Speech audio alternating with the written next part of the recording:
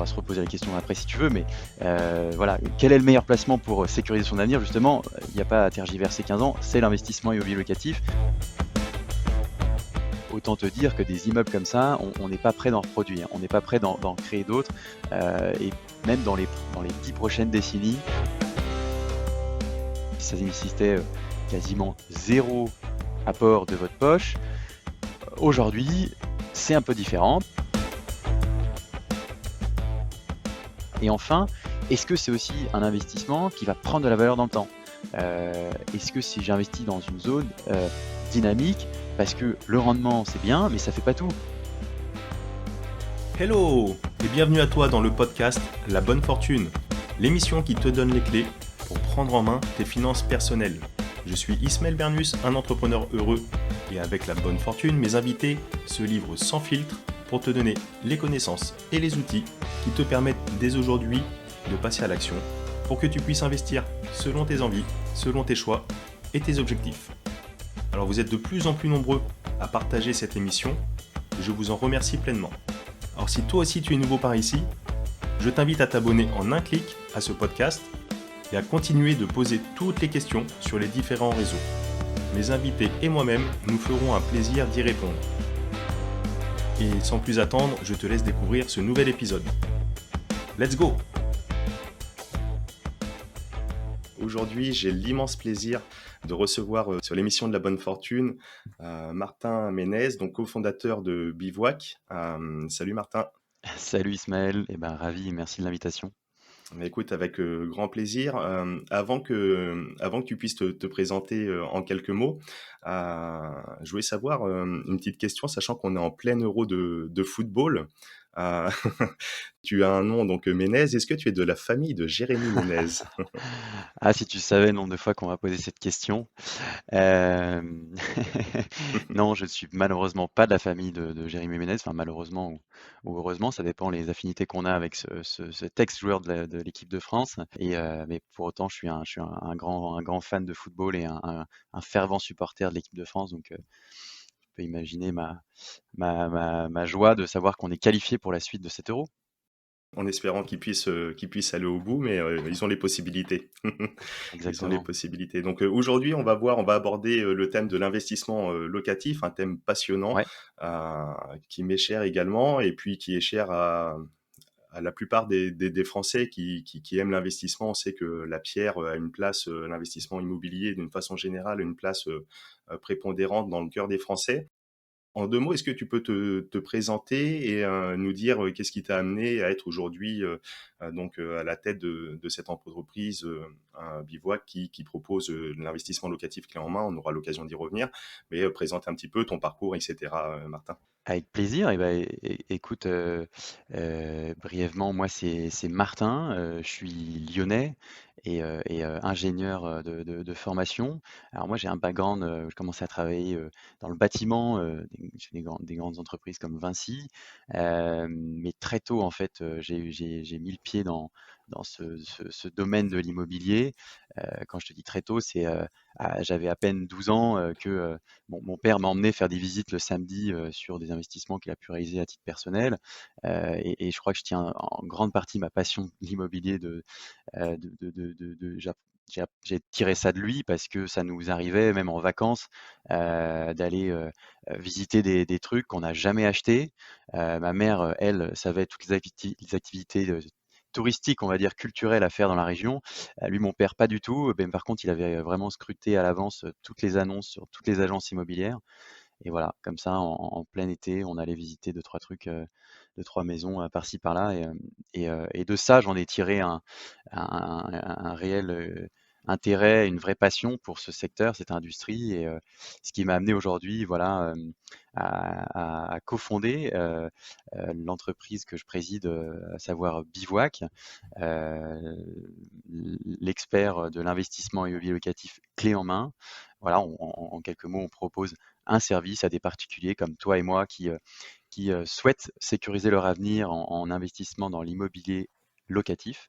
Eh bien, on se propose de s'occuper de tout pour eux, c'est-à-dire en plus de les conseiller en amont sur leur stratégie d'investissement, la ville, où investir, et cetera, eh bien, on va chasser, la meilleure opportunité répondant à leurs critères et puis, on prend en charge toute la mise en place du projet, en passant par la recherche de financement, le suivi des travaux, et même la recherche de locataires et j'en passe. Voilà. Super, ouais, on aura l'occasion d'y revenir.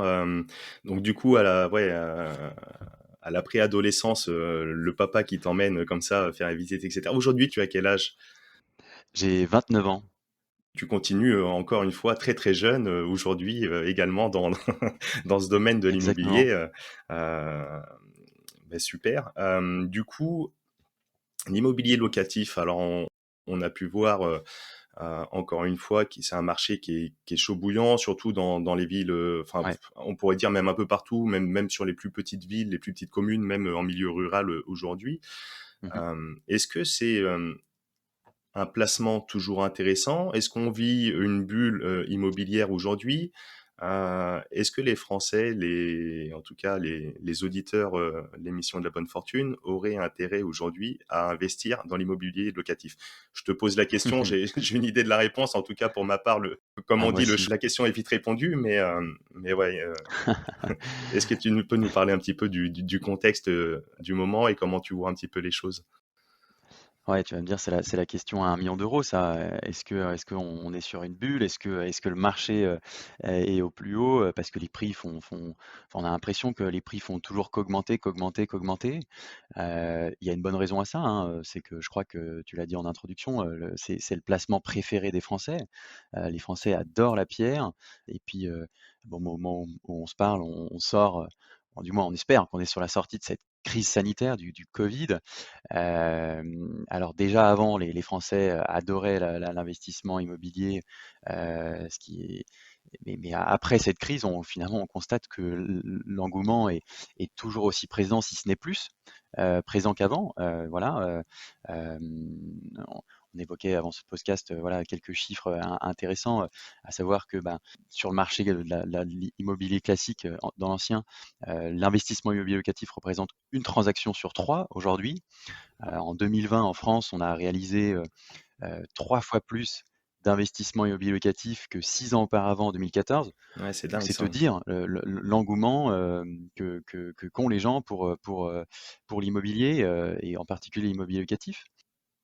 Si je dis pas de bêtises, tu vas certainement mieux connaître les chiffres, mais en 2019, le volume de transactions, en France immobilier, alors que ce soit locatif, Mmh. pour la résidence principale, tout compris, a dépassé le 1 de transactions. C'était la Exact. première fois en 2019, 1er record. En 2020, ou en 2018, 2019, ils rebattent le record. 2020 avec malgré la crise, du covid qui explose et cetera, qui était juste en dessous, mais enfin, on a passé les 3 dernières années avec, un nombre de transactions record. On a beaucoup de compassion pour nos amis notaires, qui ont connu une année 2020, pour des moins, éreintantes, puisque, on a travaillé quand même 3 mois de moins, hein, qu'une année classique. Il y a eu, ce 1er confinement bien sûr, puis même à la fin de l'année 2020, une période de second confinement qui a été aussi un petit peu chamboulée, pour le marché, enfin qui a un petit peu chamboulé le marché, de l'immobilier. Mais ceci étant dit, ça n'a pas, freiné, autant que ce qu'on aurait pu imaginer, le volume de transactions puisqu'on est à je crois qu'on a fait 980 000 transactions, sur l'immobilier ancien en 2020, donc c'est un tout petit peu moins, que ce qu'on avait, pu faire en 2019, à l'échelle nationale, et donc bah, faut penser à nos amis notaires qui ont géré toutes ces transactions, qui ont dû faire quasiment autant qu'en une année auparavant, mais en 3 mois de moins. Voilà, donc enfin, c'est toute la profession qui a dû un petit peu se réinventer durant cette période, un peu particulière, mais ouais, force est de constater que le marché s'est très bien porté. Les prix, ont se sont maintenus dans la plupart des villes. On le verra peut-être après, il y a des disparités quand même, sur ce marché national. Toutes les villes n'ont pas évolué de la même façon. Et puis il y a même certaines zones où voilà, les prix, sont fortement augmentés. Donc pour répondre à ta question initiale, est-ce que c'est le bon moment, d'investir dans l'immobilier locatif? Alors, bah, puisqu'on est sur un marché d'offres et de demandes, à l'heure actuelle, une des pre un 1er élément de réponse qu'on pourrait apporter, c'est que tant que la demande est toujours aussi forte, il y a de fortes chances pour que les prix continuent d'augmenter et donc que ça soit pas une si mauvaise idée que ça d'investir dans l'immobilier locatif.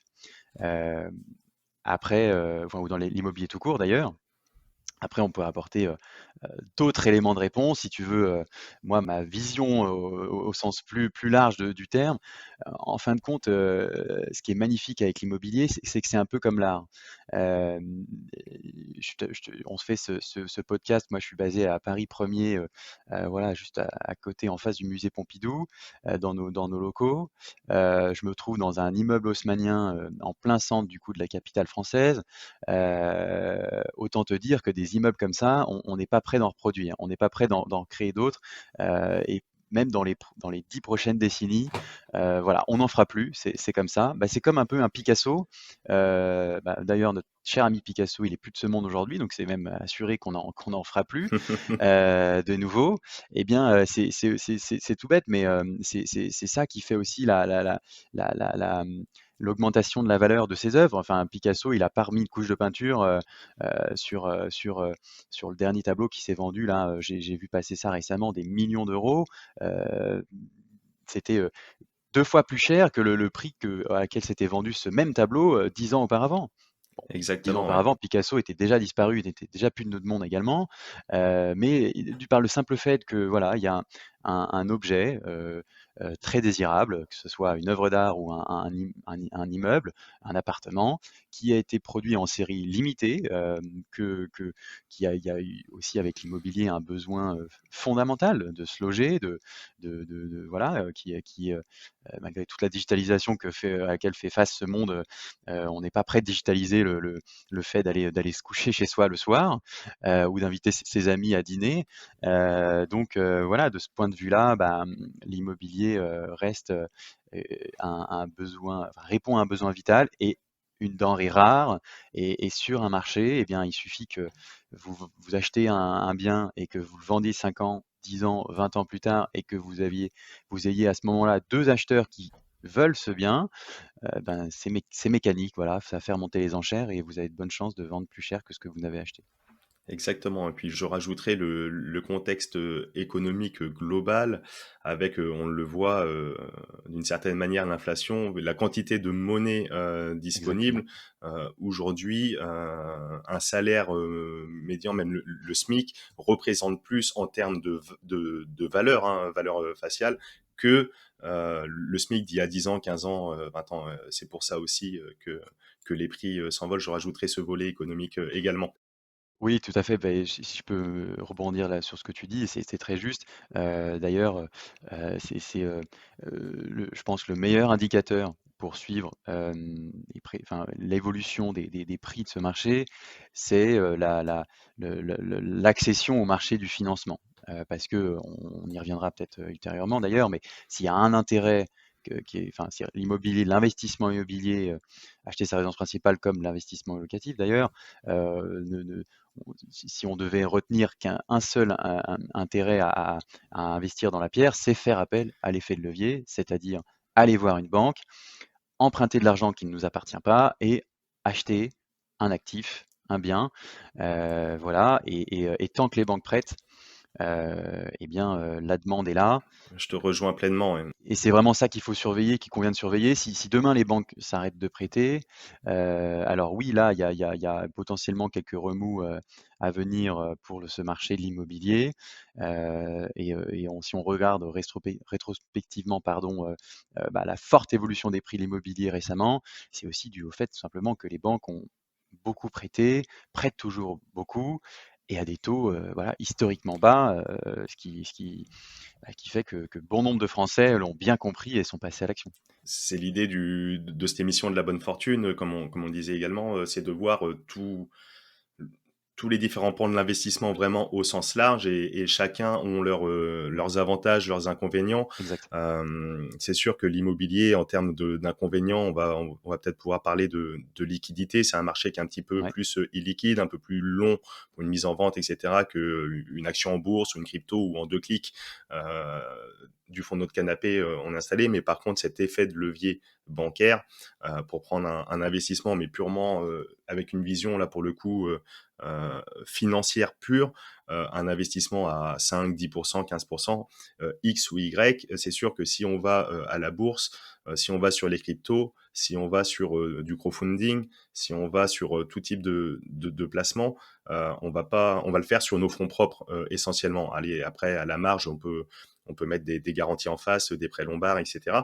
Mais dans 95% du temps, on va le faire sur nos fonds propres, que l'immobilier, c'est un des seuls, en effet, je te rejoins pleinement, investissements qui nous permet de le faire sur fonds négatifs. Je ne sais pas si on peut appeler ça comme ça, mais voilà, avec cet effet de levier bancaire qui, in fine, est magique. Lorsqu'on emprunte 100 000, 150 000, 200, 500 000 euros et qu'on a un rendement de X, un 5-10%, voilà, on s'enrichit avec des fonds qu'à la base, on n'avait pas.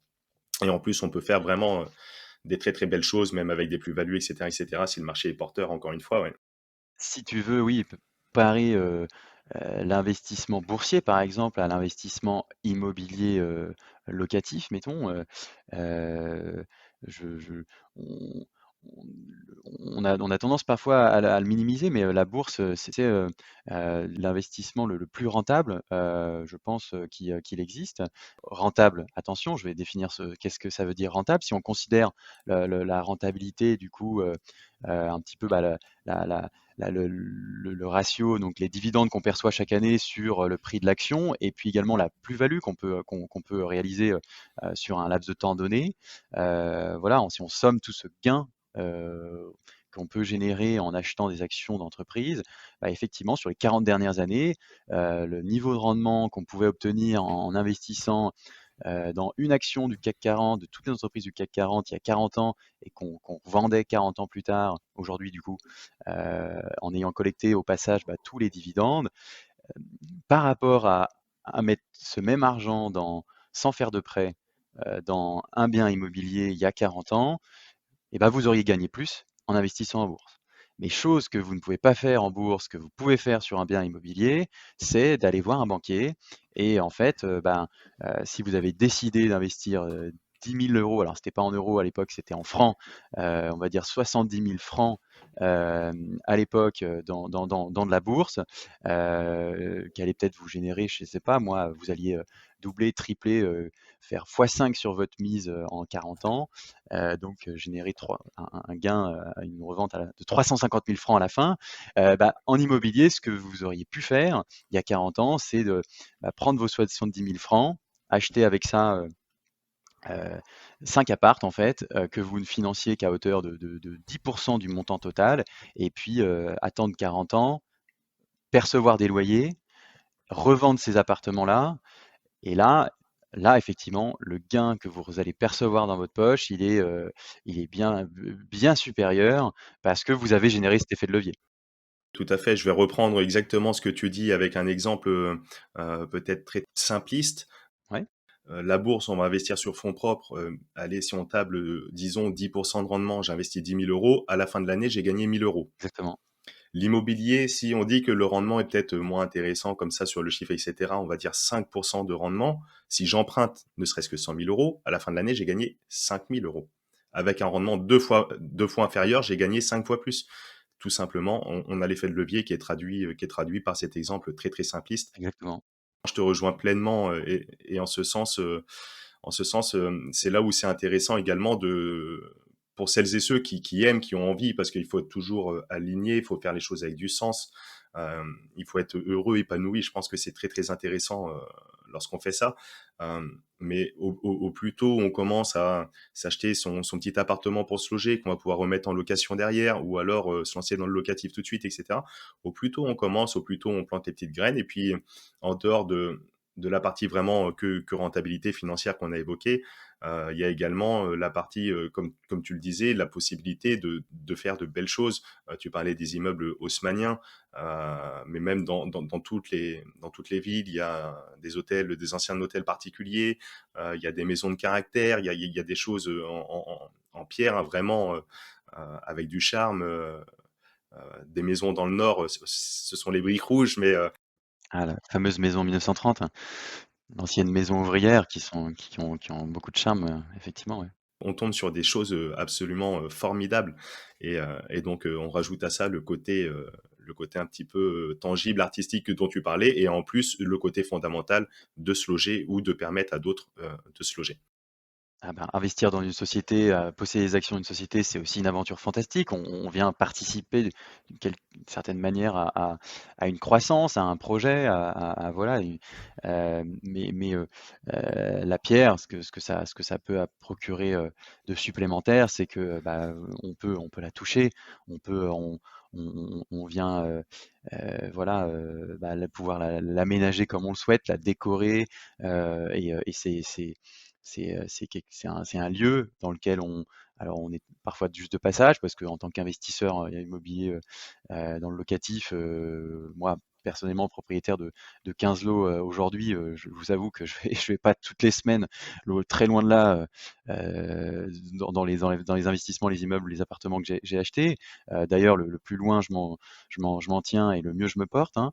Mais c'est vrai que c'est aussi une satisfaction de voir ça de ses propres yeux. C'est matériel, on peut le toucher comme tu le disais, on peut se balader dedans Exactement. et ça c'est quelque chose qui est propre à l'immobilier. On en parlait avec François Denis où, également il y a un des points vraiment très, très importants, c'est que ça permet également d'investir dans l'économie réelle. Là, encore une fois, c'est tangible et cetera, mais ça permet on va faire des travaux, donc on va faire bosser on va faire bosser des boîtes. Il y a un sens, encore une fois, le logement et cetera. Donc on est vraiment dans l'économie réelle. Peut-être à contrario, du marché, boursier actions où on va être sur, un marché secondaire et cetera, où il y a peut-être un peu moins d'impact, derrière, heu que le marché immobilier ou que l'investissement dans des boîtes, dans des PME non cotées, private equity, etc., où là, ça va directement à l'entreprise pour pouvoir se développer. Mmh. D'ailleurs, on aura l'occasion d'en reparler pour votre part avec Bivouac. Il ne me semble pas que vous ayez fait de levée de fonds. Ouais. Tu parlais de financement tout à l'heure. Donc, en effet, il y a cet effet de levier qui est très intéressant. Aujourd'hui, quand même, et depuis maintenant, je crois que c'était fin 2019, que le gouverneur de la Banque de France, Monsieur François Villeroy pardon, de Gallo, avait en quelque sorte serré un petit peu la vis, et notamment sur l'obtention de crédit pour justement les investisseurs notamment. Autant il l'a desserré un petit peu pour celles et ceux qui veulent se loger dans le cadre de l'acquisition d'une résidence principale avec une augmentation des délais, peut-être des crédits sur 25-30 ans, des conditions un peu plus favorables, etc. Un taux d'endettement jusque 35%. Donc ça, on l'entend, mais c'est plus axé pour l'acquisition d'une RP, d'une résidence principale. Par contre, pour les investisseurs, et je le vois moi-même aujourd'hui, Mmh. c'est peut-être un peu plus compliqué. À titre indicatif, en 2007, lorsque j'ai 20 ans, que j'achète mon premier appartement pour me loger, hein, résidence principale pour sortir du cocon familial, euh, j'achète donc à 110% de crédit, etc. Et à l'époque, c'était sans garantie. Pas de cautionnement, pas d'hypothèque, etc. Aujourd'hui, c'est impossible, Effectivement, ouais. ou quasiment. Toi aussi, tu as commencé jeune alors? À 20 ans, c'est chouette d'acheter son premier bien. Mais non, tu mets le doigt sur un point, d'actualité et très intéressant puisqu'on parlait juste avant, bah, que finalement le marché de l'immobilier, ça fluctue, grandement, en suivant finalement les évolutions de ce marché, bancaire. Et donc qu'est-ce qui s'est passé? Eh ben, début 2020, même avant la crise, du covid, hein, les banques ont voulu, on va dire resserrer la vis, pour, mettre un petit peu un holà. Tempérer un peu le marché, tempérer Voilà, justement, éviter la création d'une bulle, tout ça. exactement, mettre un holà sur, le nombre d'emprunts qui sont réalisés chaque année, parce que le marché, bah, comme on l'a dit, a quasiment, triplé, hein, en très peu de temps, donc c'est énorme. Heu et d'ailleurs, avant d'entrer dans le détail de qu'est-ce qui s'est passé, est-ce qu'ils ont eu raison de le faire et est-ce que c'est souhaitable? Moi, si tu me demandes mon avis, personnellement, je pense que oui. On a des exemples, aujourd'hui, à l'heure où on se parle, hein, qui sont assez frappants dans d'autres pays autour de la France. Je pense à la Hollande, où il y a une véritable crise du logement. Heu, pardonnez l'expression, mais je lisais une étude là, apparue pas plus tard que la semaine passée, où finalement on constate que pour toute maison mise sur le marché, déjà 2 tiers d'entre elles se vendent plus cher que le prix de mise en vente initial, et on a en moyenne 180 acheteurs, 35 offres faites sur chaque maison. C'est du délire. Et qu'est-ce qui a conduit à ça? Finalement, beaucoup de similitudes avec notre marché national, hein, un Mmh. besoin de se loger qui est toujours aussi présent, pas assez de biens produits chaque année, pas assez de construction, voilà, une densification des populations dans les grandes métropoles. Bon, le cas de la Hollande est encore plus spécifique et plus complexe parce nous, on a un pays qui est un peu plus vaste, et il y a encore des zones, on va dire, relativement inhabitées où il y a de la place. Mais la Hollande, c'est plus compliqué. Ils sont un peu coincés entre la mer et puis leurs pays voisins. Mais il y a aussi un énorme facteur qui a conduit à cette surchauffe du marché. J'avais entendu dire que le marché avait pris plus de 24% en moyenne sur tout le territoire hollandais en l'espace de 3 mois, Ah ouais, c'est dingue. de janvier à avril 2021. Donc c'est dire l'inflation. Et ça s'explique comment? Tout simplement, il n'y a aucune régulation sur le marché bancaire. Euh, et pire, et c'était un peu ce qu'on avait aussi en 2019, hein, c'est que plus vous empruntiez, plus c'était facile pour vous d'avoir accès au crédit. On le sait parce que nous, avec notre activité Bivouac, ça fait déjà maintenant quelques années qu'on opère, et on était là avant qu'ils régulent un peu plus le marché en France, que le fameux HCSF, voilà, Haut Conseil en sécurité financière, interviennent en 2020 pour réguler un petit peu les conditions d'octroi de crédit en France. Avant ça, c'était très facile, et on a des clients qui ont fait 3 opérations avec nous en une année, et je peux vous dire qu'ils n'étaient pas les fils et filles de Bill Gates, hein. Ils avaient une situation on ne peut plus classique, il suffisait de connaître le bon banquier, d'avoir un bon projet pour faire financer plusieurs investissements à la suite. Je te rejoins, c'est une bonne chose. C'est vrai que, on a là, souvent la perception de notre projet, et cetera. On voit un petit coup d'arrêt ou des difficultés, on se dit: «Ah mince», et cetera, et cetera. Mais d'un point de vue global, on est quand même bien content en France d'avoir, on se plaint également de la lourdeur administrative, mais quelque part, ça protège aussi, hein. On est bien content d'avoir des notaires qui tamponnent, qui valident et qui ficellent ça, qui mettent des garde-fous. On est bien content d'avoir quand même une régulation qui pousse à se tourner vers, la prise en compte de toutes les considérations environnementales, écologiques, etc., pour la rénovation des bâtiments, etc., etc. Donc ça va peut-être faire râler certains artisans des nouvelles normes, etc. Mais on est quand même bien content d'avoir un parc qui est de plus en plus, on va dire, écologique, d'avoir cette régulation qui permet, à l'inverse des États-Unis, la crise de 2008, de se retrouver avec des familles sur la paille parce que c'était le Far West dans l'obtention de crédit avec les taux variables, etc., etc. Donc on est souvent à se plaindre de l'administratif, de la lourdeur administrative, des contraintes, de la fiscalité aussi dans certains points. Mais à côté de ça, c'est toujours, c'est jamais tout noir ou blanc. Il y a toujours l'autre pendant de la pièce.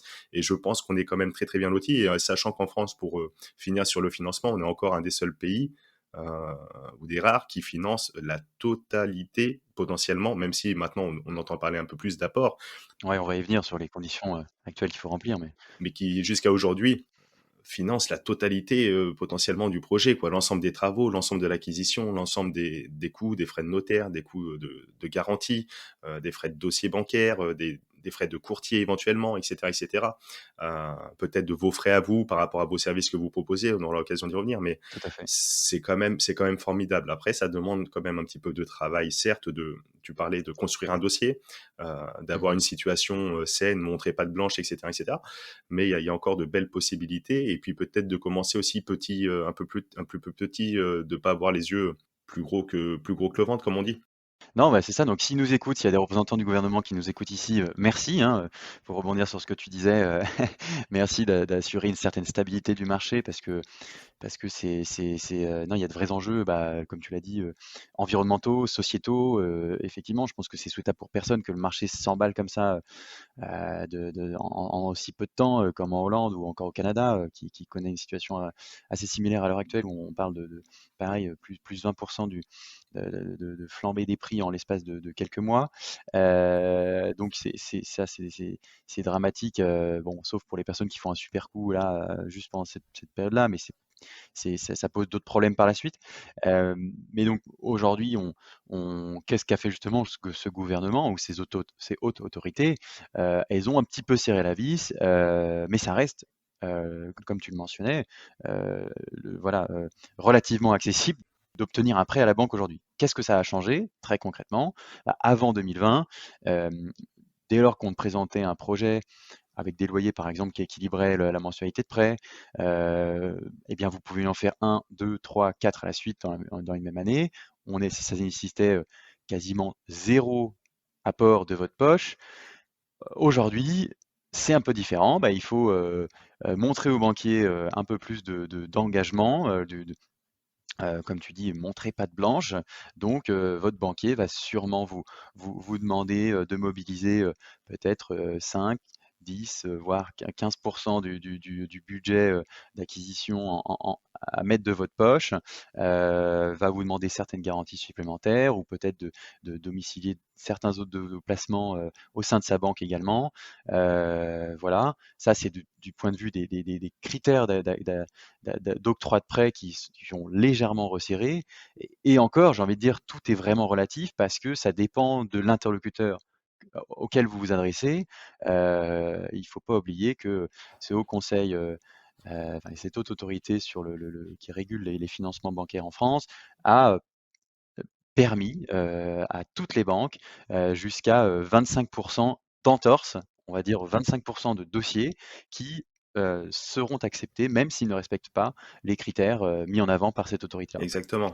Donc voilà, il y a encore de la place, il y a encore la possibilité d'aller avoir des financements très intéressants. Et puis ce qu'il faut pas oublier, c'est que même si en 2019 on disait déjà: «Ah, c'est des taux, historiquement bas», ah bah, en 2021 les taux sont encore plus bas qu'en 2019.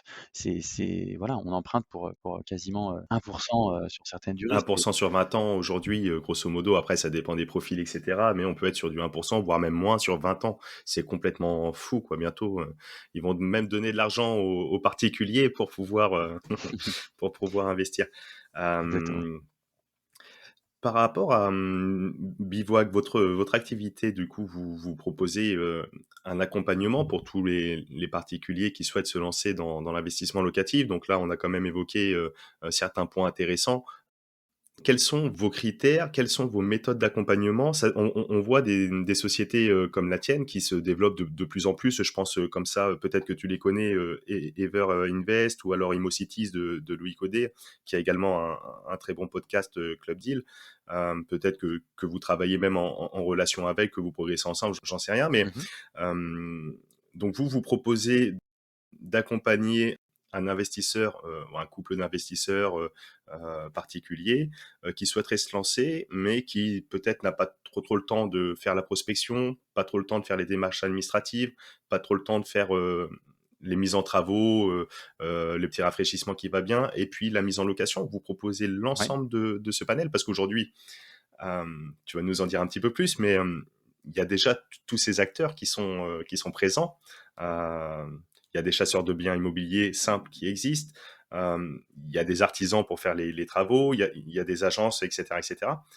Les courtiers, les banquiers, enfin pour le financement. Qu'est-ce que vous apportez? Qu'est-ce que vous faites chez Bivouac? Alors déjà, pour commencer, quelle est notre raison d'être? Quelle est notre mission? Heu, Nous, notre mission chez Bivouac, c'est de sécuriser l'avenir de chacun des Français.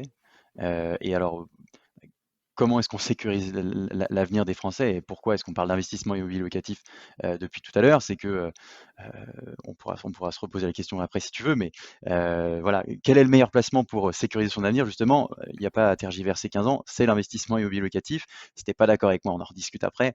Je suis pas d'accord avec toi et on en Ah, rediscutera.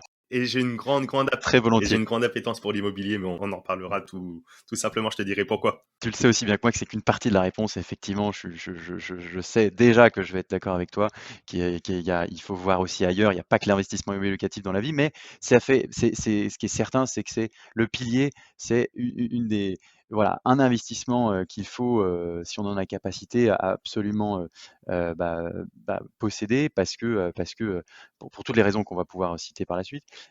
Donc voilà, sécuriser son avenir, ça passe par, investir dans l'immobilier, locatif. Et alors pourquoi est-ce qu'on existe? Parce que investir dans l'immobilier locatif, nous, on a estimé ça, on a fait des études, on a interrogé énormément de clients qui aujourd'hui font appel à notre service, mais avant l'ont fait par eux-mêmes. Ça demande en moyenne 250 heures de travail personnel pour mener un projet à bien. Et puis sur ce chemin, ce long parcours du combattant qui dure presque, enfin pas dans la plupart du temps, près de 6 mois, et ben, il y a tout un tas d'écueils, d'erreurs possibles à faire, heu, si on n'est pas averti, si on ne sait pas exactement où on met les pieds, si on l'a jamais fait, et tout simplement, on n'est pas bien conseillé. Donc, hem, comme on le disait auparavant, la plupart des Français ont déjà bien compris l'importance de sécuriser son avenir. On parlera même peut-être de l'avenir des systèmes des retraites, voilà, et d'investir dans l'immobilier locatif. Mais il y a encore tout un tas de gens qui n'osent pas passer à l'action parce que ils savent, qu'ils n'ont pas les compétences ni le temps pour le faire. Ou il y a encore tout un tas de personnes qui pensent qu'ils n'ont pas la capacité d'investir alors qu'ils peuvent emprunter auprès d'une banque dès aujourd'hui sans dégrader leur capacité de financement ultérieure pour investir dans d'autres biens par la suite ou dans une résidence principale, même s'ils sont locataires de leur, voilà, à l'heure actuelle. Et donc on répond finalement à toute cette problématique. Brièvement, notre service, qu'est-ce qu'on se propose de faire? Ben, en fait, des particuliers donc viennent nous voir sur notre site, hein, www.bivouac.com, bevouac.com. Et puis, tout d'abord, on va les conseiller. On va, en fonction de leurs enjeux du moment, leur situation patrimoniale, familiale, et bien, définir ensemble la meilleure stratégie pour eux du moment. On va leur montrer, en fonction de leur capacité financière, en fonction de leur appétence, leur niveau de risque qu'ils sont prêts à prendre, et bien, l'ensemble des opportunités qui s'offrent à eux sur le marché. Et puis ensuite, eh bien, on se propose de aller rechercher justement la meilleure opportunité qui répond à leurs critères et qui va être disponible sur le marché à l'instant T où ils font appel à nous. Typiquement, quand l'ensemble ou la majorité des clients qui font appel à vos services, qu'est-ce qu'ils viennent rechercher? Moi, je verrais, tu l'évoquais, j'ai pas le temps de m'en occuper parce que c'est vrai que l'immobilier, c'est un des, on parlait de l'illiquidité tout Mmh. à l'heure pour mettre en balance face à d'autres types d'investissements, mais il y a également le temps, c'est assez chronophage sur un bien. Tout à Tu fait. évoques à peu près 6 mois, ça peut être 3 mois, 6 mois, 9 mois. Euh, et c'est vrai qu'il y a toutes ces différentes étapes qu'on évoquait. Donc peut-être le gain de temps, le fait aussi de peut-être pouvoir investir à distance. Là, tu vois, je suis à Poitiers. Demain, je t'appelle, je dis, tiens, j'aimerais investir à Exactement. Angers. Bon, c'est pas très très loin, mais On est présent à ou Angers, ouais. à Lille où j'ai vécu, etc. Je sais pas. Est-ce que À Lille donc également, il ouais. y a peut-être cette possibilité, le fait de pouvoir aussi diversifier d'un point de vue géographique, hein, qui peut être intéressant. Tout à fait. Ça va être quoi les autres attentes des clients? Le premier moteur, tu l'as dit, hein, c'est investir dans l'immobilier locatif. C'est une sacrée tannée par rapport à placer un ordre en bourse et acheter une action d'Apple ou de Tesla ou je ne sais quoi. Euh, eh bien, on bivouac est là pour ça, est là pour faire que ce soit aujourd'hui, et c'est déjà possible, aussi facile d'investir dans l'immobilier locatif que d'investir en bourse. On permet à des investisseurs qui sont sur le sol français d'investir dans une ville dans laquelle ils ne résident pas à l'heure actuelle, où ils n'iront jamais mettre les pieds, voilà, même pour pas visiter leur appart, hein, parce que on a que un investisseur sur 8 qui visite avec nous. Le restant, puisqu'on fait des visites en 3D, avant travaux, après travaux, puisqu'on met en avant tout un tas de données sur le quartier, voilà, des vues d'ensemble qui permettent vraiment à l'investisseur de se projeter à distance. Eh bien, Mhm, on mhm. permet comme ça à tout un tas de particuliers de devenir propriétaire d'un bien qui soit loué à des dizaines de kilomètres, des centaines de kilomètres, voire des milliers de kilomètres. On a également énormément de clients qui habitent New York, Singapour, Genève, Hong Kong et qui investissent avec nous en France parce qu'on n'est pas encore présent pour faire d'investissement immobilier locatif à New York, peut-être un jour, mais voilà, aujourd'hui on est dans déjà une dizaine de villes en métropole française et bientôt dans le double, hein, une vingtaine de villes d'ici à la fin de l'année. Oui, le premier moteur, c'est cette difficulté de passer à l'action quand c'est pas à côté de chez soi, mais aussi parce que ça prend énormément de temps et parce qu'il faut maîtriser tout un tas de corps de métiers différents, tout un tas d'expertises. Est-ce que tu sais que quand tu fais de la location, suivant le régime fiscal et le type de location, soit la location nue, la location meublée, eh bien, tu as certaines copropriétés qui interdisent la location meublée ou la location meublée à la chambre. Si tu sais pas ça, eh ben, tu mets en péril potentiellement ton investissement. Si tu sais pas parler au bon banquier, tu vas taper à la porte de l'agence en bas de chez toi et qui va te dire que tu n'es pas finançable, alors que tu as en fait une banque qui peut-être pas en face de chez toi effectivement, mais qui te prendra à bras ouverts pour te financer ton premier investissement locatif. Et puis pareil pour les travaux, gérer des travaux, réceptionner des travaux, savoir quels sont les points d'attention, même avant de lancer un projet. Bien souvent, une bonne opportunité. Alors nous, en plus, on fait beaucoup d'off-market, des annonces, enfin, des offres, des biens qui passent même pas sur un seul loger, Le Bon Coin. Donc tu peux imaginer que en 24-48 heures, elles sont plus là Mhm. et vont jamais sur ces portails-là. Et donc, bah, c'est aussi ça qu'on apporte comme valeur ajoutée, c'est qu'on est capable, nous, d'être tout de suite sur place, à toute heure de la journée, parce que nos chargés de projet, c'est nos chasseurs, ils vont visiter à toute heure de la journée, c'est leur métier, ils font que ça.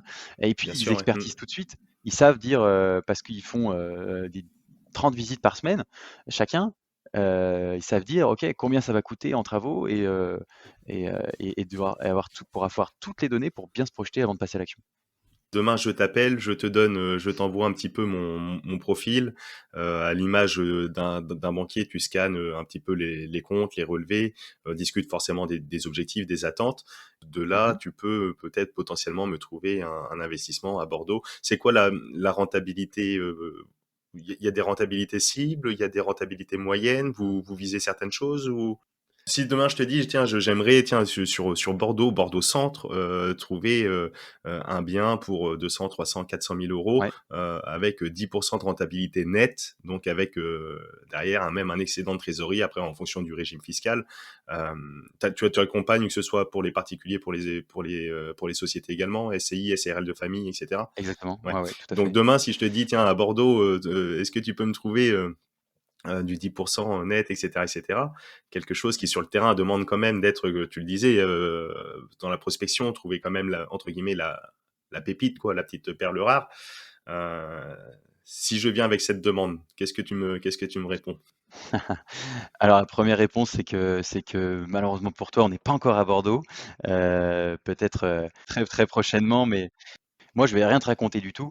Je vais te montrer des analyses qu'on mène, parce que nous, on a développé des algorithmes, pardon, qui analysent déjà, bien sûr, le marché de l'immobilier, donc l'évolution des prix, le prix moyen par type de bien dans tel quartier, le type, bah, bien sûr, le loyer par type de bien dans tel quartier, la vacance locative moyenne, etc. On récupère tout un tas de données, enfin davantage d'informations que ce que vous trouverez sur des annonces classiques, parce qu'on travaille avec des partenaires en gestion locative, auprès de qui on récupère un certain nombre de données, tout Mhm, simplement. mhm. Et puis aussi tout un tas de données aussi macroéconomiques qui nous permettent de prédire ou du moins donner un avis sur est-ce que c'est une zone à potentiel voilà, est-ce que cette zone a des chances de prendre de la valeur demain.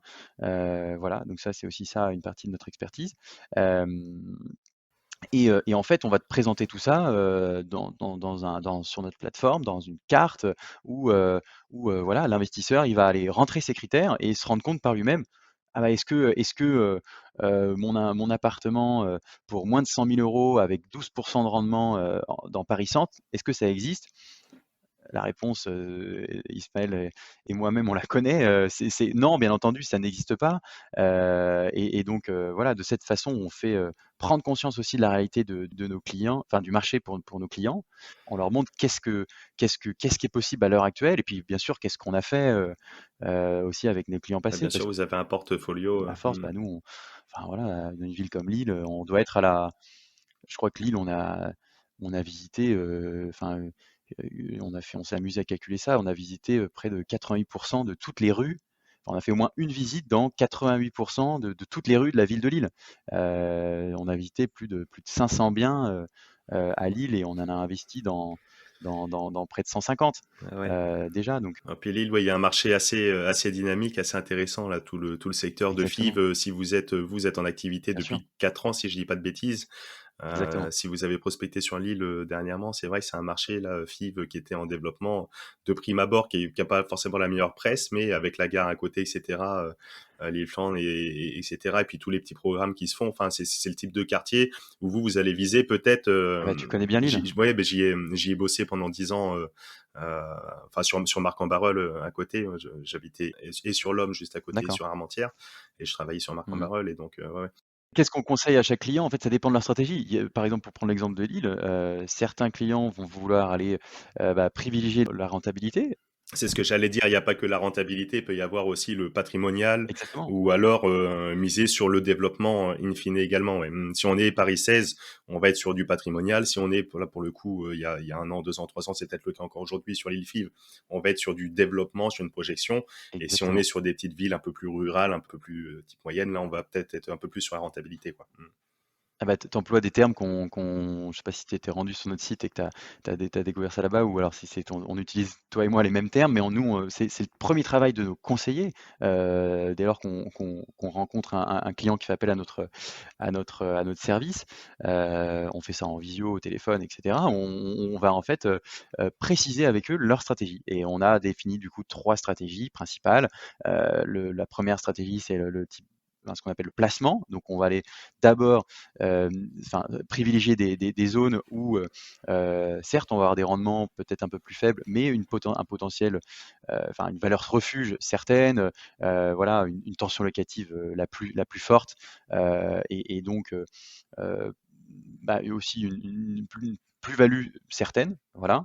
Peut-être pas là où on fait le plus de plus-value d'ailleurs, on pourra en discuter, mais où la plus-value, elle est peut-être sera atteignable, et voilà, arrivera de la manière la plus certaine, c'est ça que je veux dire. Mhm, mhm. Ensuite, on a la stratégie, à l'opposé en fait, qui est la stratégie développement, un quartier comme Fives, par exemple, où, clairement, c'est un quartier qui est un petit peu moins dynamique, il y a un peu moins de commerce, c'est un quartier qui est un petit peu en reconversion. Il y a des gros projets d'urbanisme d'ailleurs. Ça fait partie des choses qu'on analyse, hein, qu'on va aller chercher, pister, parce que c'est généralement ces zones-là où on a tout intérêt à y investir, parce que dès lors que le quartier change un peu de typologie, dès lors que la ville, les municipalités investissent pour rénover les abords, construire des infrastructures, et ben c'est tout le quartier qui en bénéficie et donc les prix de l'immobilier qui augmentent par la suite.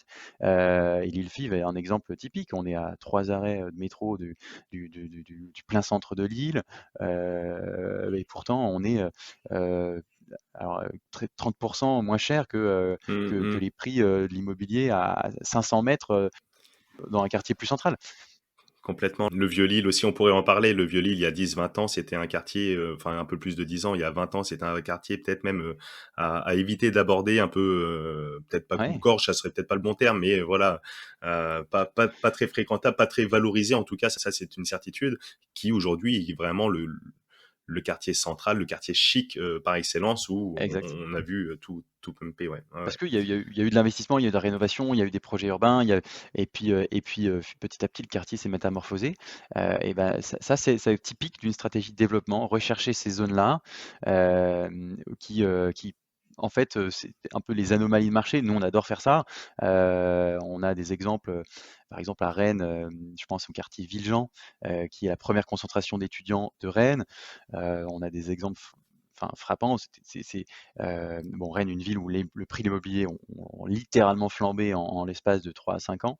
Mais ce quartier était un des quartiers encore qui restait les plus abordables, alors qu'on est à 7 arrêts de métro, 5 minutes top chrono de l'hypercentre, de la Mhm, gare. mhm, Donc mhm. moi, nous qui sommes à Paris, on prend 1h21 de métro, de TGV jusqu'à la gare de Rennes. Ensuite, 5 minutes de métro, c'est direct, on arrive à Villejean. Là, il y a des étudiants, des jeunes actifs à gogo.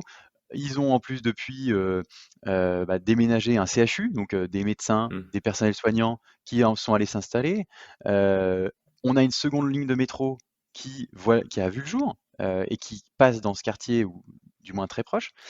Heu, donc vraiment tous les critères macroéconomiques étaient réunis pour faire en sorte que ce quartier, explose et les chiffres parlent d'eux-mêmes.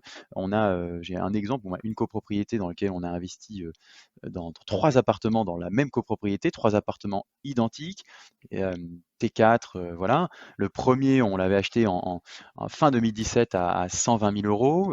On en a acheté un l'année suivante, en novembre 2018, 175 000 € déjà. Et l'année encore d'après, donc décembre 2019, on en rachète un troisième à 210 000 €, Et ouais, pour ouais, ouais. exactement le même appartement, à peu près même standing, même état. C'est Voilà, un quartier qui a pris 100% de valeur. Vous allez me dire, oui, mais la ville de Rennes a augmenté de manière exponentielle. Le prix immobilier ont augmenté à Rennes, voilà. Mais Rennes, dans ce quartier-là, encore plus que dans les quartiers centraux. Bien sûr. Voilà. Donc oui, ça, c'est une typique d'un exemple de stratégie de développement. C'est pas les quartiers peut-être les plus centraux, mais on va les chercher parce qu'il y a un potentiel de plus-value, alors peut-être un peu moins certain, mais quand ça paye, ça paye. Une tension locative, qui est largement satisfaisante. C'est sûr qu'à Rennes-Villejean, vous avez peut-être 2 semaines, ou 3 semaines de vacances locatives chaque année parce que c'est pas l'hypercentre. Mais en fait, quand on fait le calcul de bout en bout, on préfère largement avoir 3 semaines de vacances De- locatives. Bien sûr, et Heu, ressortir avec une plus-value, d'être à la sortie. et puis même les loyers qui sont plus, enfin finalement, un prix d'achat moindre, donc un rendement supérieur toute l'année. Finalement, quand on fait le calcul de bout en bout, peut-être qu'on dégage un peu plus de revenus sur un investissement comme ça. Mais voilà, faut accepter d'aller un peu prendre un risque un peu supérieur. Et donc c'est notre métier de conseiller chaque client dans sa stratégie. Il y a des stratégies intermédiaires, qu'on appelle nous chez nous équilibrées. Et en fonction de ça, on va pas orienter la recherche sur la même zone. Bien sûr, bien sûr, bien sûr. Bah, c'est très très intéressant ce que tu dis parce que en effet, l'immobilier c'est un marché qui est très très vaste et encore là, on aborde aujourd'hui que le locatif résidentiel. On pourrait parler Mmh. d'achat-revente, on pourrait parler Bien sûr. de locatif, de locatif de bureau, commercial, etc., etc. Enfin, il y a vraiment un pan dans le neuf, dans l'ancien, des distinctions. C'est vraiment un marché immense. Mais à côté de ça, c'est bien ce que tu dis parce qu'il y a dans tous les cas, même la personne qui souhaite se lancer toute seule, hein, qui fait son petit truc dans son coin sans passer par vos services, etc. Je pense qu'il a intérêt de reprendre l'ensemble des préceptes que tu viens d'évoquer. C'est de faire son travail à l'image un petit peu de ce qu'on évoquait avec David Furcage. On était plus sur les biais cognitifs par rapport aux prises de décision sur l'investissement, plus orienté sur le marché action, etc. Mais dans la psychologie, c'est exactement pareil. C'est déjà faire ses devoirs soi-même ou alors de les confier à Mmh. quelqu'un de confiance, mais faire ses devoirs, analyser et d'être sur le temps long aussi. C'est pas forcément Tout à fait. en 2 mois et d'autant plus pour l'immobilier, que ce soit de par les contraintes de la typologie de l'investissement, comme on l'évoquait tout à l'heure, mais également, si on veut faire quelque chose de bien, c'est ça, c'est d'anticiper à 2 ans, 3 ans, 4 ans, 5 ans, d'aller regarder voilà, le petit quartier en expansion, de prendre le temps de faire des travaux, des rénovations, etc. etc.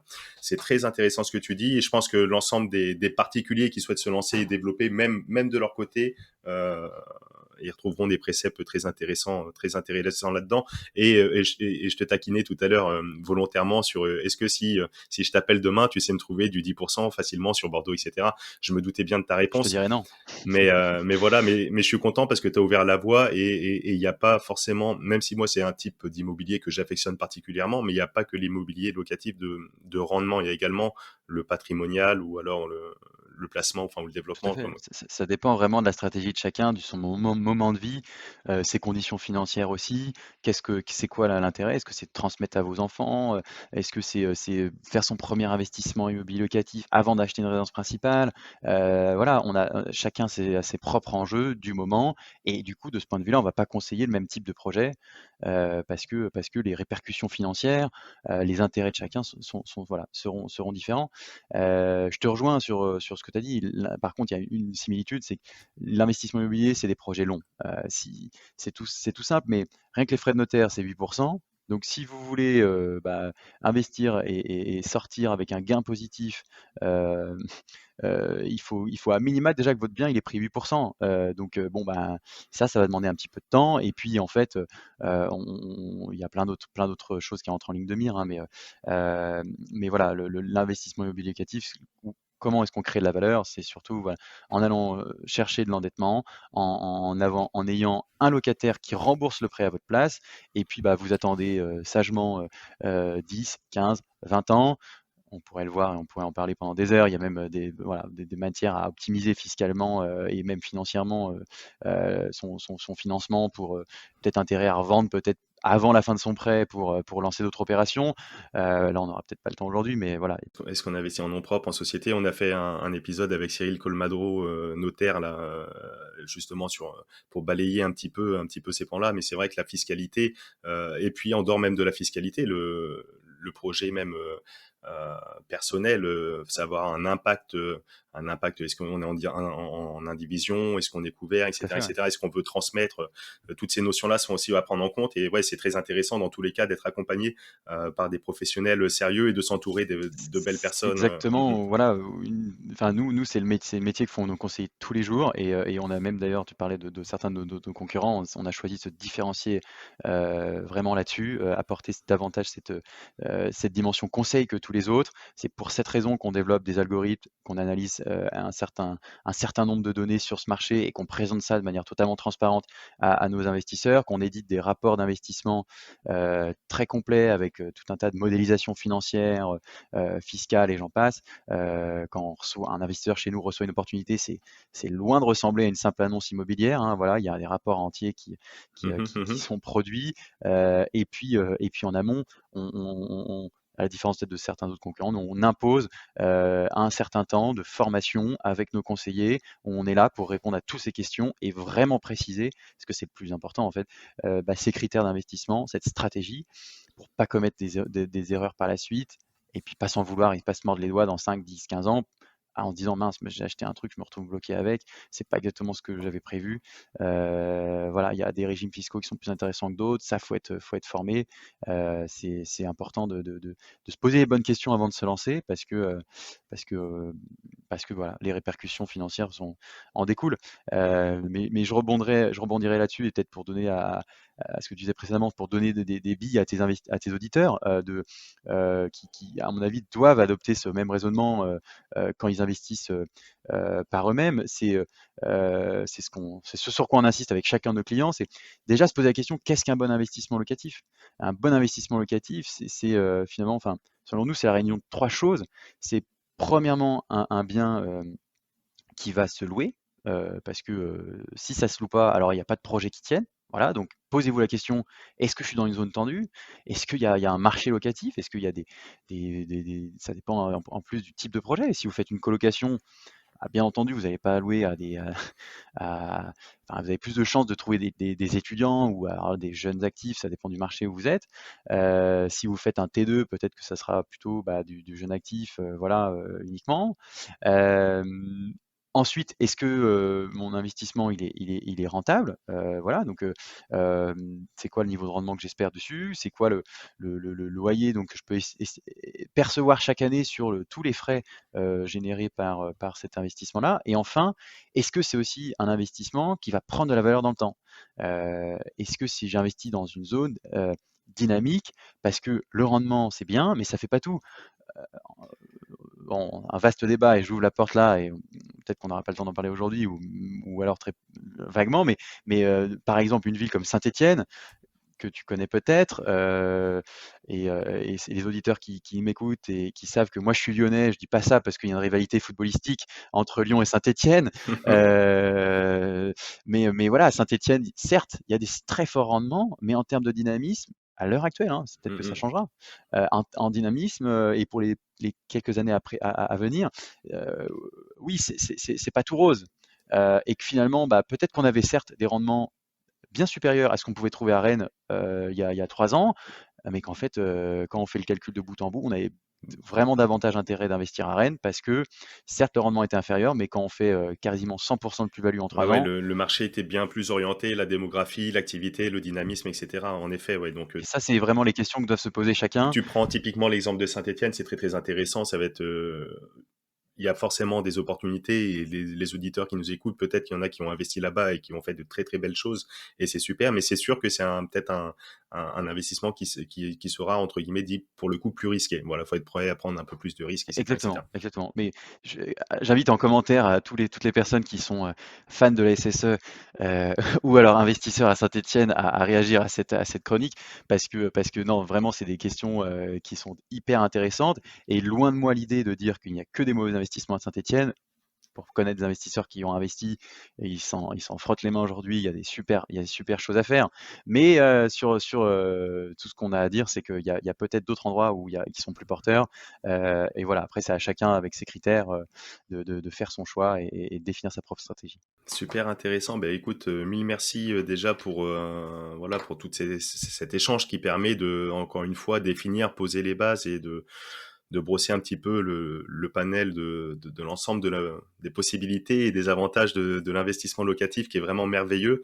Tout à l'heure, pour la boutade, je te disais non, c'est pas le meilleur des investissements. Bien sûr, je te rejoins. En tout cas, pour ma part et dans mon cœur, c'est vraiment, comme tu l'évoquais, un des piliers, un des fondements, une des pierres angulaires, bien sûr. Mais et en même temps, et c'est vraiment d'une part ma philosophie, mais vraiment la mission également du podcast, c'est de proposer tout un panel d'investissements parce que je pense qu'il est intéressant pour avoir un projet pérenne et dans le temps d'être diversifié pour être aujourd'hui depuis quelques décennies c'est vrai que l'immobilier a le vent en poupe. Demain quand le marché se retournera peut-être un petit peu, ben voilà ça sera intéressant aussi d'être sur d'autres classes d'actifs qui peuvent être également intéressantes. On a fait un épisode vraiment extraordinaire avec Laure Verhaeghe, la cofondatrice de l'Endosphère, sur Mhm. le crowdfunding dans la transition énergétique. Et c'est vrai que tout le milieu de la transition énergétique, des énergies renouvelables, etc., j'imagine qu'il y a énormément de belles choses à faire et il y a du sens également à donner dedans, il y a de l'impact à avoir. Et donc voilà, cette diversité, je pense elle est vraiment essentielle pour avoir une certaine résilience sur les investissements dans le long terme. C'est en ce sens où je te disais, non, mais sinon, je te rejoins pleinement, c'est une des pierres angulaires. C'est sûr, et ce qu'il faut retenir brièvement, c'est que l'investissement locatif, pourquoi c'est une merveille? Je reprends tes mots, c'est que, bah, vous avez, là, en face de chez vous, vous traversez la rue, il y a une agence bancaire qui vous donne des sous, qui ne vous appartiennent pas, heu, que vous pouvez prendre, et avec ces sous-là, vous allez acheter un appartement, une maison, un immeuble que vous mettez en location avec un locataire, du coup, qui fait le travail pour vous, bah, de rembourser la banque. Et puis vous attendez sagement 10, 15, 20 ans, comme on disait, et puis bah, à ce moment-là, vous aurez fini de rembourser votre prêt, et vous aurez bah, accumulé de la valeur, tout simplement. Peut-être qu'en plus de ça, votre bien aura gagné, enfin, son prix aura augmenté si vous investissez au bon endroit. Et puis, bah, vous aurez soit le choix de dégager cette rente et de la garder pour passer de vieux jours au chaud, je ne sais où, et sans tracas surtout, ou alors de vendre pour bah, vous acheter une résidence secondaire à la mer, en campagne, je ne sais, ça dépend. Moi, je suis passionné de montagne, donc ça sera peut-être dans les Alpes. Mais voilà. Par contre, ce qu'il faut retenir, c'est ce qu'on apprend en école de commerce, le premier cours qu'on peut vous donner sur l'investissement, c'est que la clé, c'est de diversifier. Il ne faut pas te mettre tous ses œufs dans le même panier. Il y a plein d'autres investissements à faire ailleurs, et c'est super ce que tu fais de mettre tout ça en avant. Bravo pour ce podcast. Je pense que c'est important voilà, de s'éveiller à tous ces investissements qui sont accessibles, et qui peuvent s'ouvrir à nous. À titre personnel, toi, Martin, donc on a compris donc cette forte appétence forcément pour l'immobilier, qui merci, au papa qui t'a emmené sur ces chantiers, à l'âge de 12 Exactement. ans. Donc tu le disais tout à l'heure, tu investis, tu parlais de 15 lots, donc tu fais de l'investissement immobilier exclusivement en locatif, tu fais d'autres types d'investissements immobiliers, et est-ce que tu as d'autres classes d'actifs sur lesquelles tu es toi-même, investi ou qui t'intéressent? Alors, qui m'intéresse, oui. Investi, non. Donc pour la petite histoire, oui, moi aujourd'hui j'ai 15 lots, bientôt plus j'espère. Il y a des projets en cours, mais parce que bah, nous on a fondé Bivouac parce qu'on était en étant ses premiers clients, hein, et aujourd'hui j'ai qu'un regret à avoir fait ça, c'est que tous les investissements qu'on a pu proposer à des clients, je les aurais bien pris pour moi si j'en avais les capacités. Voilà. Mais bon, c'est l'investissement immobilier, bien sûr, parce que on fait ça tous les jours et il y a des super opportunités à prendre encore aujourd'hui. Euh, et on découvre de nouvelles zones tous les jours. Voilà, j'ai récemment découvert Marseille avec un- plein de choses à faire. Nancy également. Enfin bref, il y a plein de choses à aller explorer. Et puis par ailleurs, en fait, bah, je suis un peu un mauvais élève parce que j'ai pas encore pris suffisamment de temps pour investir, que ce soit en crypto, en bourse. Euh, Finalement, ça m'intéresse énormément, mais je cherche le bivouac qui va m'accompagner et faire tout pour moi dans toutes ces classes d'actifs différentes parce que j'ai pas le temps. On est la tête dans le guidon. Voilà, on a créé une société à 4 ans qui est rentable depuis le premier jour, sans lever de fonds. Aujourd'hui, 30 collaborateurs, bientôt 60. Et en fait, bah, ça, c'est beaucoup de travail. J'ai pas le temps de m'intéresser suffisamment et de lancer des placements dans d'autres produits. On pourra en discuter si tu veux, parce que ce soit la bourse, les cryptos, etc. À titre perso, je suis vraiment vraiment fan. Et c'est vrai qu'avec même la bonne fortune, on va proposer un programme d'accompagnement, et sur les cryptos, il y a des possibilités d'investir Je serais peut-être ton premier client alors. de façon vraiment automatique, et de façon automatique et diversifiée, sans se prendre la tête avec une stratégie un peu DCA, Ok, euh, bah ça m'intéresse. et sur un panier en plus de crypto, etc., etc. Et cetera. Et donc il y a des possibilités, et qui pour le coup sont beaucoup moins chronophages que l'immobilier. Mais ouais, c'est intéressant. Bah, Ismaël, faudrait que tu viennes me voir avec cette offre-là, parce que non, très sérieusement, c'est par manque de temps plutôt que d'intérêt, parce que je suis, bien entendu, on suit tous ces marchés, c'est passionnant ce qui se passe, il y a plein de choses enfin, les histoires GameStop et j'en passe, c'est fantastique aussi, des belles aventures, il y a des coups à faire, il y a des super placements également,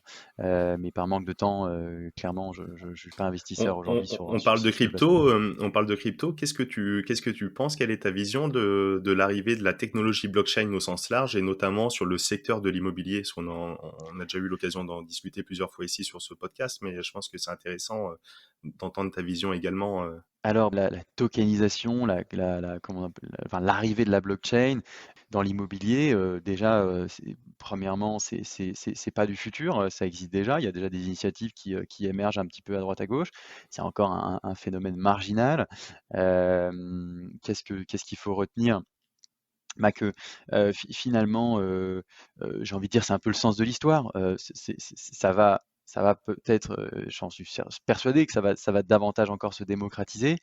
Est-ce que ça sera demain un actif, un placement aussi par exemple populaire que l'investissement immobilier locatif dont on a parlé, qui est de posséder à 100% en nom propre ou alors via une société, hein, mais c'est pareil finalement, enfin pas pareil pour les questions fiscales, mais ça veut dire posséder voilà, les Un titre de propriété, ouais. tout seul ou avec des associés, être propriétaire d'un bien. Euh, En quoi c'est différent de tout ça? C'est que si dès lors, demain, l'immeuble, par exemple, dans lequel je me trouve, est vendu et distribué découpé en tokens et que moi, investisseur à Singapour, New York et compagnie, ou même Paris, je peux y accéder. Oui, c'est créer une sorte de liquidité donc aller capter de la valeur, une création de valeur, aller voilà, parce que cet immeuble, il est aujourd'hui là où je suis, il y a des locataires dedans, à tous les étages.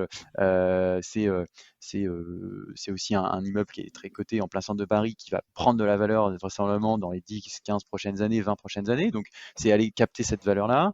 À ce point de vue-là, donc c'est formidable parce que ça va augmenter cette liquidité de manière très simple, hein, c'est le concept de la blockchain.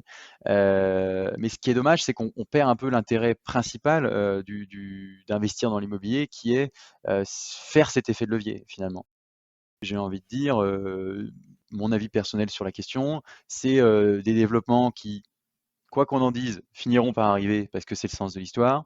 Personnellement, par exemple, est-ce que Bivouac aujourd'hui met toutes ses forces dans cette direction? Non, parce que en fait, je pense qu'il y a encore notre bonne vieille banque qui peuvent nous prêter de l'argent et on a plus intérêt si on a 10 000 euros, à vraiment aller chercher un prêt et puis investir en étant aujourd'hui, oui, propriétaire à 100% de son bien, mais en faisant cet effet de levier, que de mettre 10 000 euros même dans de parts, mini-parts de cet immeuble dans lequel je me Mmh trouve, mh, mmh. qui, bon, bah, en termes de ROI, sur la même durée de temps, ça sera quand même moins intéressant. Ce qu'on évoquait tout à l'heure, ouais. Mais c'est intéressant ce que tu dis, et ça rejoint un petit peu les propos même de Cyril, le notaire, on évoquait, c'est un petit peu ce qu'il dit. On ne pourra pas lutter contre, donc autant embrasser la technologie. Elle va apporter des choses d'un point de vue technique qui vont permettre d'apporter de la liquidité, qui vont permettre d'augmenter l'accessibilité aussi, parce que Mmh. potentiellement, on pourrait détenir, donc au travers le processus de la tokenisation notamment que tu évoquais, une partie peut-être d'un immeuble prestigieux à Paris que j'aurais jamais pu m'offrir, mais j'aurais Oui, bien peut-être sûr, une petite partie, etc. À travers ce processus. Ça va permettre de sécuriser d'autant plus les transactions, etc. Donc là, on parlait de l'administratif en France avec les notaires, etc. On est quand même bien installé, on est bien sécurisé. Mais pour plein d'autres pays où c'est peut-être encore un peu le Far West, etc., etc., ça va permettre d'avancer tout ça. tout à fait. Mais à faire attention à ce qu'on perde pas, comme tu le dis, cet effet de levier qu'on a aujourd'hui, et voilà, voir dans quelle mesure ça va être mis en place. Et encore une fois, c'est là aujourd'hui la technologie est présente. Par contre, la régulation doit encore passer par là pour valider.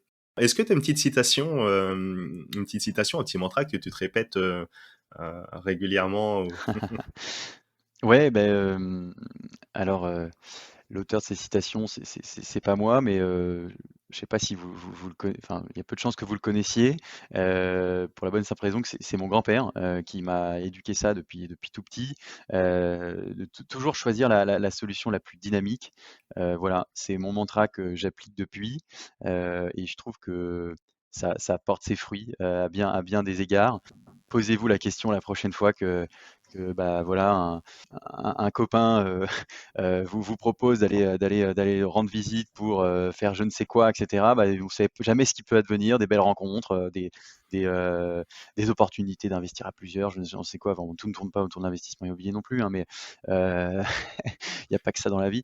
Mais non, mais ça s'applique à tous les aspects enfin, moi, personnellement, j'essaie d'appliquer ça à tous les aspects de ma vie, et on en tire plein de bonnes choses. Parfois, quand on a la flemme d'aller à une soirée ou autre, finalement c'est les meilleures soirées parce que, on n'avait pas envie d'y aller, à ce dîner, voilà, mais finalement on est surpris, moi je fais beaucoup de montagne aussi, et parfois, bah, on a la flemme de sortir de son lit, tôt le matin pour aller affronter le blizzard, et cetera, mais quand on arrive au sommet et que là le ciel se dégage et qu'on a une super vue sur les montagnes et les Alpes, aux alentours, on est bien content d'avoir choisi la solution la plus dynamique.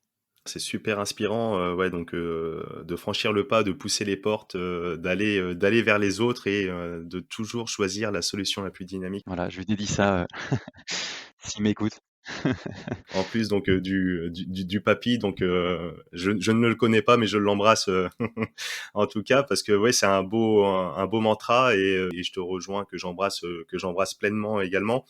J'en profite pour remercier Calixte qui m'a contacté, qui a choisi une solution dynamique aussi, qui a poussé cette porte, et je suis bien content aujourd'hui qu'on ait pu réaliser ensemble, Martin, cet épisode passionnant. Eh bah, ravi également, On aura certainement l'occasion de se revoir, voilà, ou que tu reviennes j'espère bien. éventuellement sur le podcast pour faire un point de l'état du marché qui sera forcément en perpétuelle évolution. Il y a d'autres sujets à aborder, hein, investir dans le neuf, dans l'ancien, dans des tonnes de questions, ça On en Exactement. on en a sous le coude. Mais en Bon, tout cas, on finit là-dessus sur ce beau mantra, toujours choisir, avant de finir là-dessus, est-ce que tu as des livres ou des ressources, à conseiller, à proposer, qu'ils soient sur le domaine de l'investissement, d'une façon, particulière ou alors, d'une façon générale sur tout autre sujet? alors sur l'investissement immobilier, puisque c'est le thème de ce podcast, non. Mais si j'ai 2 livres peut-être à conseiller, 1er, je le vois, derrière toi sur l'étagère là-haut là, c'est la biographie de Steve Jobs, par, Walter Isaacson. Bah, pour la petite histoire, c'est un livre qui m'a été offert lorsque j'ai fait une partie de mes études, aux États-Unis. J'ai étudié au MIT et à Harvard, où un professeur qui connaissait personnellement Steve Jobs, là-bas m'a offert ce livre et c'est en partie, depuis que j'ai décidé, également de me lancer dans l'aventure entrepreneuriale. Donc c'est, enfin moi je viens pas d'un terreau d'entrepreneur, donc c'était un peu la première histoire d'entrepreneur que je lisais, que j'apprenais à apprivoiser, vraiment de l'intérieur et je conseille ce livre à même ceux qui sont pas forcément, en train de se poser la question: «Est-ce que je dois entreprendre ou pas?» Il y a plein de grands préceptes, de sujets hyper passionnants, je pense à aller s'inspirer dans ce bouquin, donc allez-y. Le deuxième, il est, toujours un petit peu centré aussi peut-être, autour de l'entrepreneuriat ou plus, enfin, finalement aussi une façon de voir la vie, tout simplement, un état d'esprit, ça c'est sûr. Peut-être que tu le connais, c'est la semaine de 4 heures, de Tim Ferriss, une référence, un best-seller, mais pour la faire courte, c'est, voilà, l'histoire d'un entrepreneur qui, a mis en place, toutes les automatisations, tous les process, toute l'organisation qu'il faut pour, piloter sa boîte, depuis, la Thaïlande, le Pérou, je ne sais où, tout en y passant, que 4 heures par semaine, et ça fonctionne, ça marche. Il y a pareil, plein de choses à reprendre, plein de choses à s'inspirer.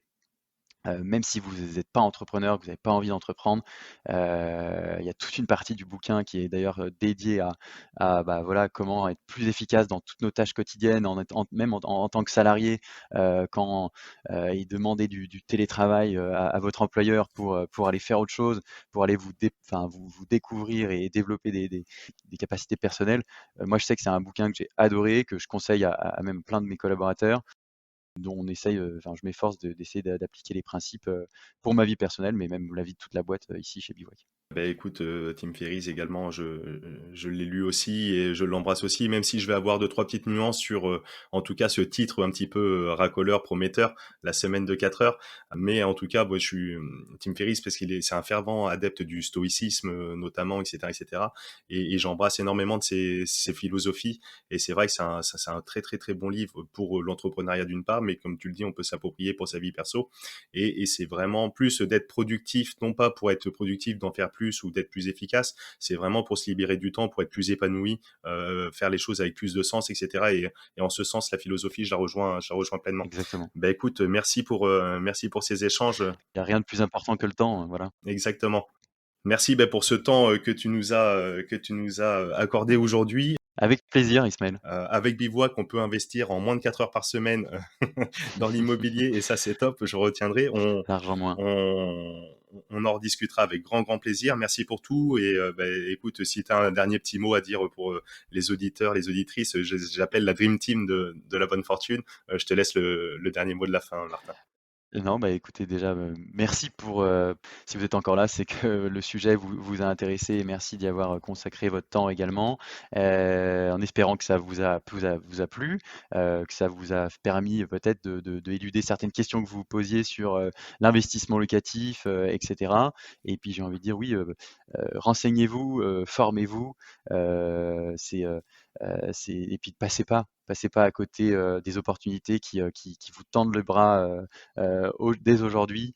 Voilà, vous ne savez peut-être pas, mais vous êtes peut-être en capacité d'investir dès aujourd'hui, que ce soit par manque vous imaginez que vous n'ayez pas le temps, pas les compétences, pas les connaissances ou pas les moyens financiers.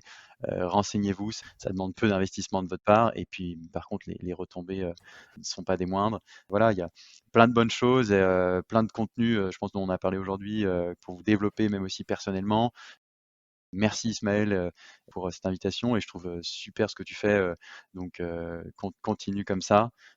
C'est génial de vouloir démocratiser l'accès à tous ces placements, toutes ces idées et on s'enrichit vraiment, je pense, en acquérant toute cette connaissance avec toi.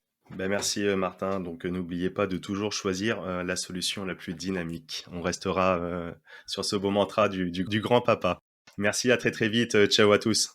À bientôt, salut. Et nous voilà arrivés à la fin de cette émission et je te remercie pleinement pour ton écoute attentive. Alors si tu as écouté jusqu'ici, c'est que tu fais partie de la Dream Team de la bonne fortune. Et vous êtes de plus en plus nombreux à nous suivre chaque semaine, alors encore merci du fond du cœur. Alors si tu apprécies le podcast de la bonne fortune, je le répète à chaque fois pour les nouveaux abonnés, c'est très simple, il y a 2 belles façons de me le témoigner. La première, c'est de prendre quelques secondes pour laisser un avis 5 étoiles sur la plateforme de ton choix et notamment Apple Podcast, car tu le sais, c'est ce qui aide pour le référencement de l'émission. Et la deuxième façon, c'est de le partager à tes proches, à tes amis autour de toi. Je suis sûr que tu connais 2 ou 3 personnes qui seront intéressées par ce contenu. Et comme on le sait, la distance entre les rêves et la réalité s'appelle l'action. Moi, je te retrouve très très vite pour un nouvel épisode de La Bonne Fortune. Ciao!